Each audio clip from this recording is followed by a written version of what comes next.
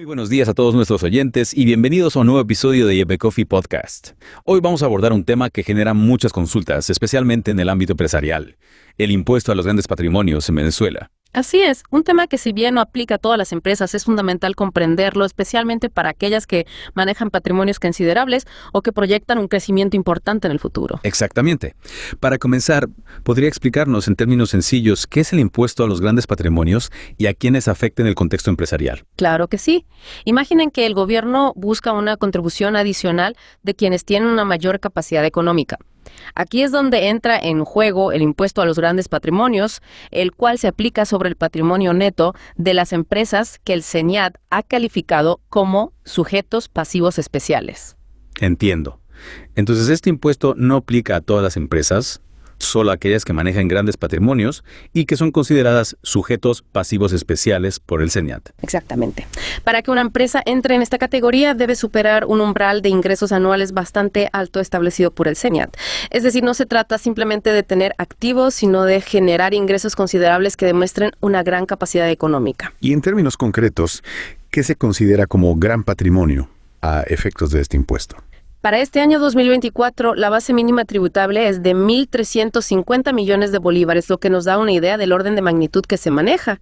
Es importante destacar que aunque una empresa no alcance esta cifra, está obligada a presentar la declaración jurada del impuesto. Es decir, la declaración es obligatoria para todas las empresas, pero el pago de impuestos solo aplica si se supera la base mínima establecida. Correcto. Ahora bien, para determinar si una empresa debe o no pagar el impuesto, es fundamental comprender qué se incluye dentro de este gran patrimonio.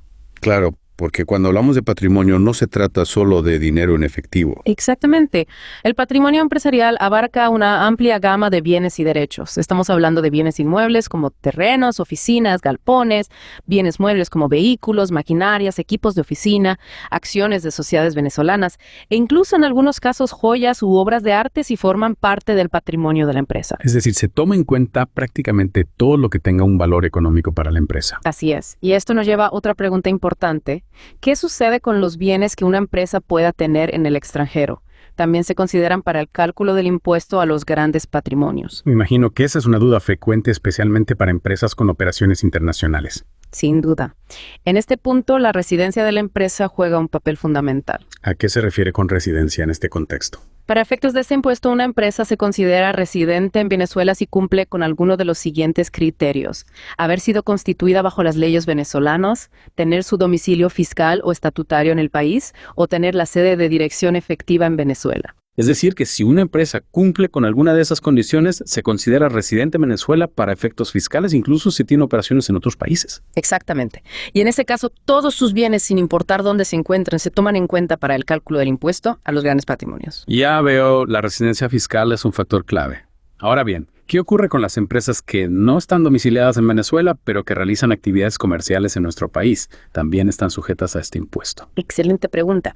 Aquí entra en juego el concepto de establecimiento permanente. ¿Podría explicarnos un poco más sobre este concepto? Por supuesto. Se considera que una empresa extranjera tiene un establecimiento permanente en Venezuela cuando realiza actividades comerciales en el país a través de instalaciones o lugares fijos, aunque no sean de su propiedad. Entiendo. Entonces, ¿no es necesario que la empresa extranjera tenga una sede propia en Venezuela? Basta con que opere a través de instalaciones fijas en nuestro territorio. ¿Podría darnos algunos ejemplos concretos de lo que se considera un establecimiento permanente? Claro que sí. Imaginemos una empresa tecnológica extranjera que, para ofrecer sus servicios en Venezuela, establece una oficina de representación en Caracas con personal contratado localmente. Esa oficina, aunque no sea propiedad de la empresa extranjera, se consideraría un establecimiento permanente. Otro ejemplo podría ser una empresa de construcción extranjera que se instala en el país para desarrollar un proyecto de gran envergadura durante varios años. Exactamente. O una empresa que, aunque no tenga oficinas propias, opera a través de una red de distribuidores exclusivos en el país que actúan en su nombre y por cuenta propia. Todos estos casos podrían calificar como establecimiento permanente. Entonces, la presencia física y la actividad económica en Venezuela, incluso a través de terceros, son factores determinantes para el impuesto a los grandes patrimonios. Así es. El objetivo es gravar la riqueza que se genera o se encuentra en territorio venezolano, independientemente de si la empresa tiene su base principal en el país o en el extranjero. Y una vez que se ha determinado que una empresa está sujeta al impuesto, ya sea por ser residente o por tener un establecimiento permanente, cómo se determina el valor de sus bienes y derechos que conforman su patrimonio. Ese es precisamente el siguiente paso, y es un proceso crucial, la valoración de los activos. La ley establece criterios específicos para cada tipo de bien buscando reflejar su valor real. ¿Podría darnos algunos ejemplos de cómo se valoran los diferentes tipos de activos empresariales? Con gusto. Para empezar, hablemos de los bienes inmuebles. Si se trata de un terreno o una oficina ubicada en Venezuela, la ley considera 3 valores. El valor catastral, que es el que figura en los registros públicos, el valor de mercado, que es el precio al que se podría vender el inmueble en un mercado abierto y competitivo, y el valor de adquisición actualizado, que es el precio que la empresa pagó por el inmueble ajustado por la inflación. Y en ese caso, ¿cuál de los 3 valores se utiliza para el cálculo del impuesto? Siempre se utiliza el valor más alto de los 3 para evitar posibles subvaloraciones. Tiene sentido. ¿Y qué sucede con aquellos inmuebles que aún están en construcción? ¿Cómo se determina su valor? En estos casos, se toma como base el precio proyectado del inmueble una vez finalizada la obra y se multiplica por el porcentaje de avance de la construcción.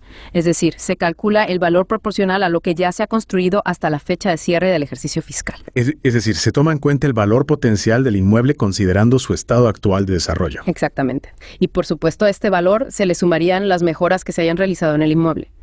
Cualquier inversión que incremente su valor debe ser considerada al momento de la declaración. Y en el caso de los bienes inmuebles ubicados en el extranjero, ¿cómo se realiza la valoración? En ese caso se utiliza el mayor valor entre el que establezcan las leyes fiscales del país donde se encuentran los bienes y el precio de mercado al 30 de septiembre de cada año. Interesante. ¿Y qué hay de las acciones de sociedades mercantiles? ¿Cómo se valoran a efectos de este impuesto? Para las acciones que cotizan en bolsa, el proceso es sencillo. Se toma el valor de cotización al cierre del 30 de septiembre. En el caso de las acciones que no cotizan en bolsa, se realiza un cálculo específico. ¿En qué consiste ese cálculo? Se toma el capital social de la empresa, se le suma las reservas y se divide entre el número total de acciones. Un método bastante lógico para reflejar el valor de cada acción. Y hablando de bienes particulares, ¿cómo se valoran las joyas, las obras de arte o las antigüedades que puedan formar parte del patrimonio de una empresa? Para este tipo de bienes, la valoración se basa en el mayor valor entre el precio de adquisición actualizado ajustado por inflación, según las normas de la Administración Tributaria, y el precio de mercado al 30 de septiembre. Nuevamente se busca obtener el valor más representativo del bien. Así es. Y para los derechos reales como las hipotecas prendas o anticresis, se toma como valor el monto total de la obligación garantizada. Esto incluye el capital, los intereses, las indemnizaciones y cualquier otro concepto similar. Es decir, se busca reflejar el valor real de la garantía. Exactamente. Y para aquellos derechos reales que no están específicamente regulados en la ley, se utiliza el capital, el precio o el valor acordado al momento de su constitución, siempre y cuando este valor no sea inferior al precio en el mercado entre partes independientes. Se busca siempre evitar la subvaloración de los activos y reflejar su verdadero valor económico. Así es. Y finalmente, para cualquier bien o derecho que no tenga una regla de valoración específica en la ley, se tomará el mayor valor entre el precio de mercado y el precio de adquisición actualizado. Ya veo. La ley busca ser exhaustiva y cubrir todas las posibilidades para determinar el valor del patrimonio de la manera más justa posible. Exacto. Se busca establecer un sistema de valoración objetivo y transparente que brinde seguridad jurídica tanto a los contribuyentes como a la administración tributaria. Perfecto.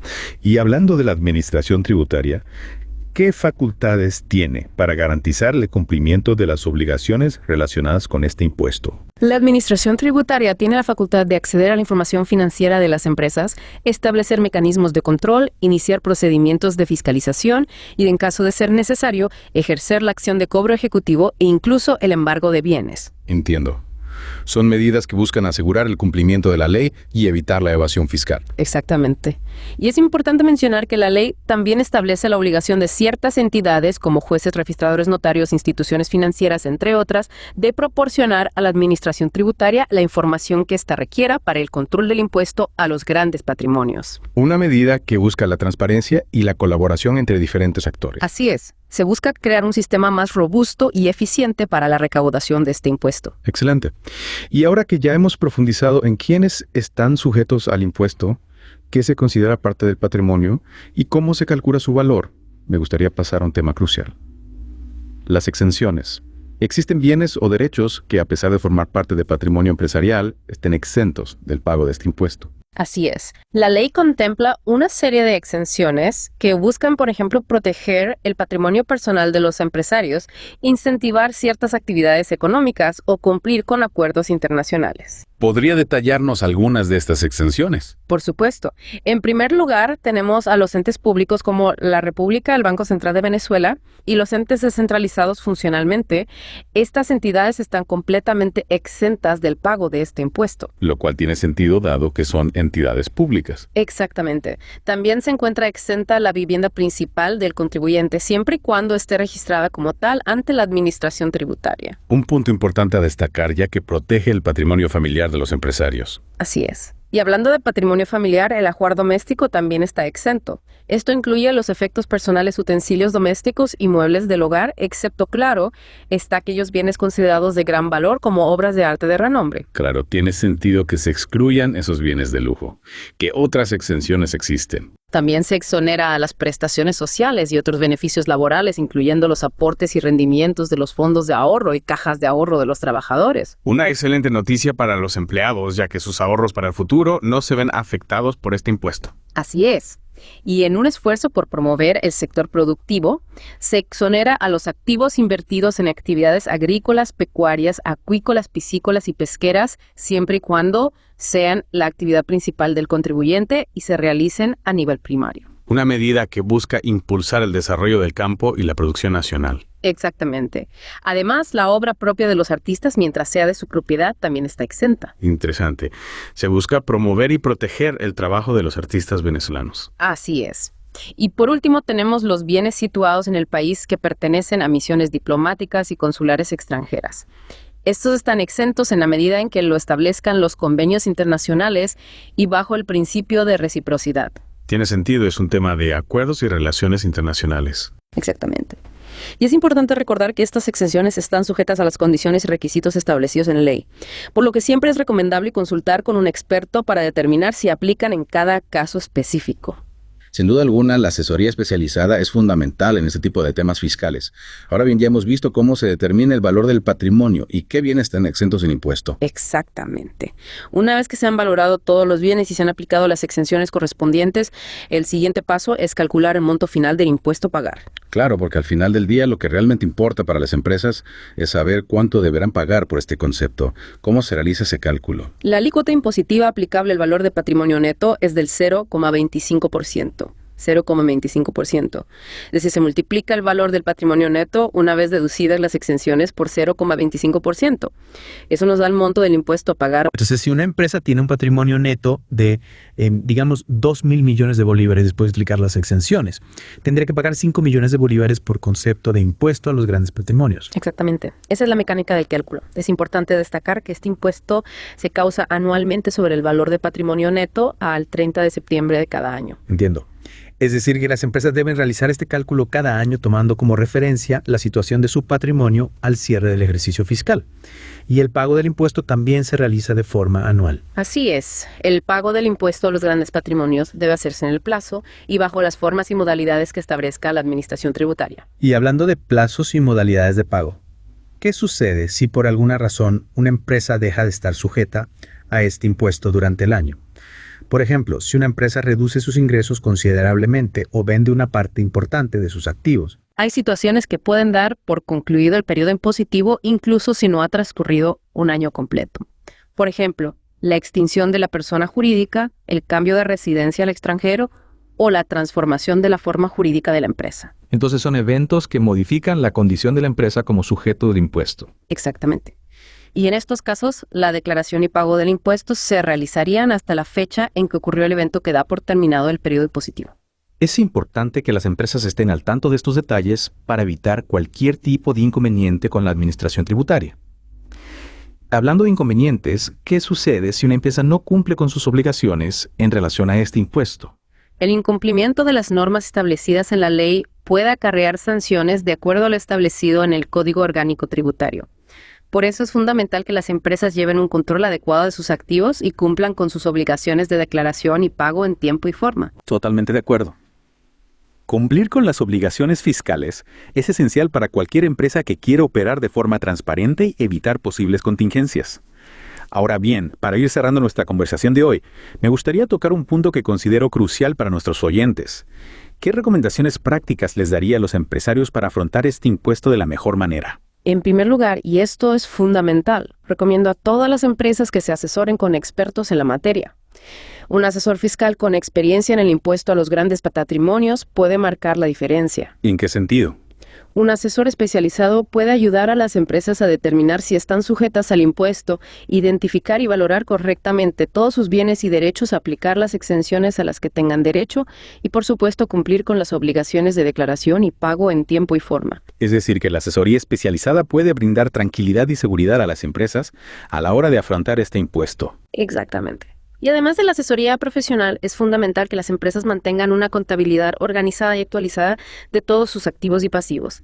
Esto facilitará enormemente el proceso de declaración del impuesto a los grandes patrimonios. Llevar un control riguroso de las finanzas es clave para cualquier empresa y en este caso cobra aún más relevancia. Así es. Y por último, recomiendo a todos nuestros oyentes visitar el sitio web del SENIA, donde encontrarán información detallada y actualizada sobre el impuesto a los grandes patrimonios, así como formularios e instructivos para la declaración y pago. Mantenerse informado a través de las fuentes oficiales es fundamental, definitivamente. Contar con información actualizada y precisa es esencial para tomar decisiones informadas en materia fiscal, sobre todo en un tema tan complejo como este. Totalmente de acuerdo. Y no podemos olvidar que el impuesto a los grandes patrimonios no es un elemento aislado, sino que forma parte de un contexto económico más amplio. Exactamente. Y en ese sentido, ¿cómo cree usted que este impuesto pueda afectar las decisiones de inversión de las empresas en Venezuela? Es una pregunta interesante. Por un lado, el impuesto podría desincentivar la inversión en ciertos sectores, especialmente si las empresas perciben que la carga fiscal es muy elevada. Es decir, que podría haber un efecto en la rentabilidad de las inversiones. Así es. Pero por otro lado, también es importante considerar que la recaudación de este impuesto puede contribuir a financiar programas sociales y proyectos de desarrollo que a largo plazo generen un impacto positivo en la economía del país. Es decir, que podría haber un efecto positivo a nivel macroeconómico. Exactamente.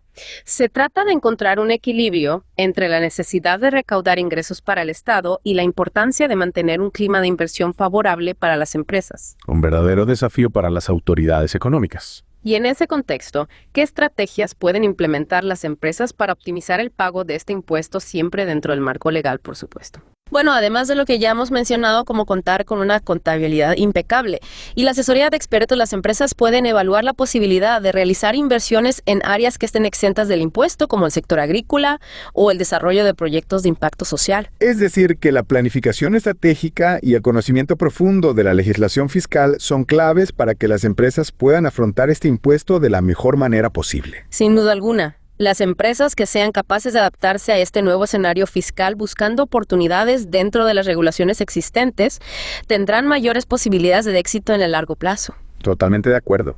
Bueno, con esto llegamos al final de nuestro análisis sobre el impuesto a los grandes patrimonios en Venezuela. Esperamos que la información compartida haya sido de utilidad para todos nuestros oyentes. Agradecemos su sintonía y los esperamos en nuestro próximo episodio. Muchas gracias a usted y a toda la audiencia. Hasta la próxima.